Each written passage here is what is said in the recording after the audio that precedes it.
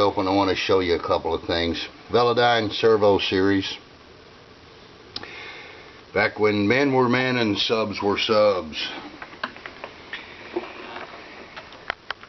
Alright, just one thing I want you to notice here. Well, let me get a light here down in here. It's kind of dark here today. See, down in this little cavity, we have a 6-pin plug. We have our speaker wires here that they are soldered in, so they don't unplug.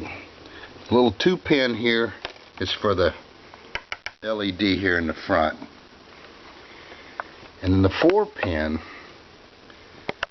I'm going to show you that. I'm going to show you over here on the actual driver. We've got it pulled. I've already stripped off the old rotted foam, and I'm in the process of putting new foam on.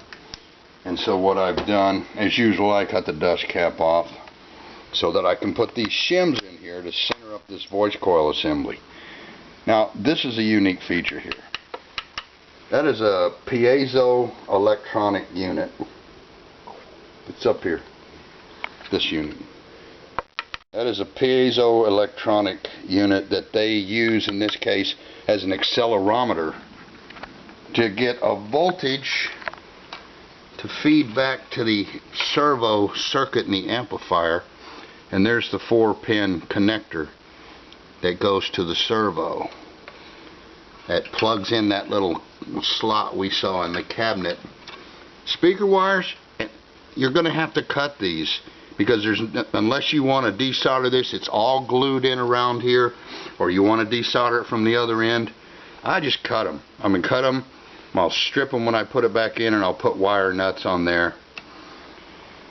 But I wanted you to see that I've had these come in before, and they sounded like a jackhammer in here. And what had happened, the accelerometer here broke loose and was flopping around in there.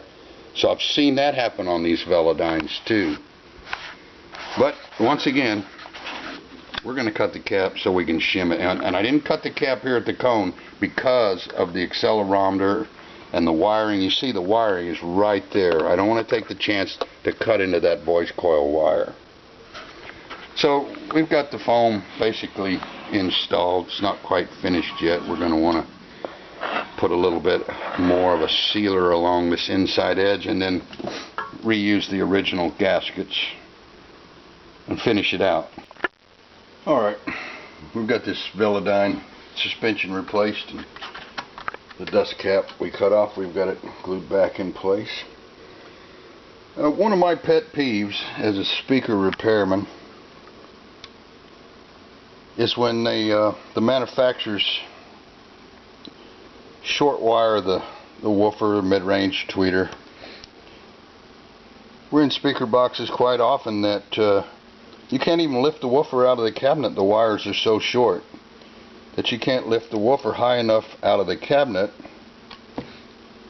to even disconnect the wire. In that case, sometimes the easiest thing to do, or the only thing you can do, is just cut the wires. And if you have to do that, these little connectors here are going to be your best friend. So to reattach these wires, since they're short,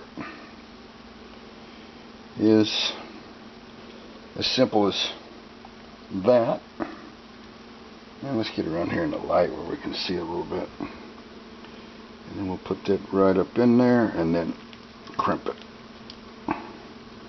Anytime you use a crimp connector, give it a tug, make sure it's in there all the way, good and tight.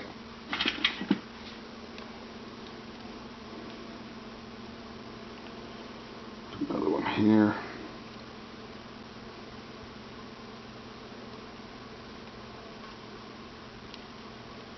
Crimp that tight, tug on it, make sure it's tight. Alright, so when we drop it back in the box, we'll use this crimp tool to reattach the lead wires in the cabinet. Alright, so now all we have to do to get this back in here is we've got the connectors on this end. Put the wire, insert the wire into the other end, and we crimp these connectors on right here. to complete the repair.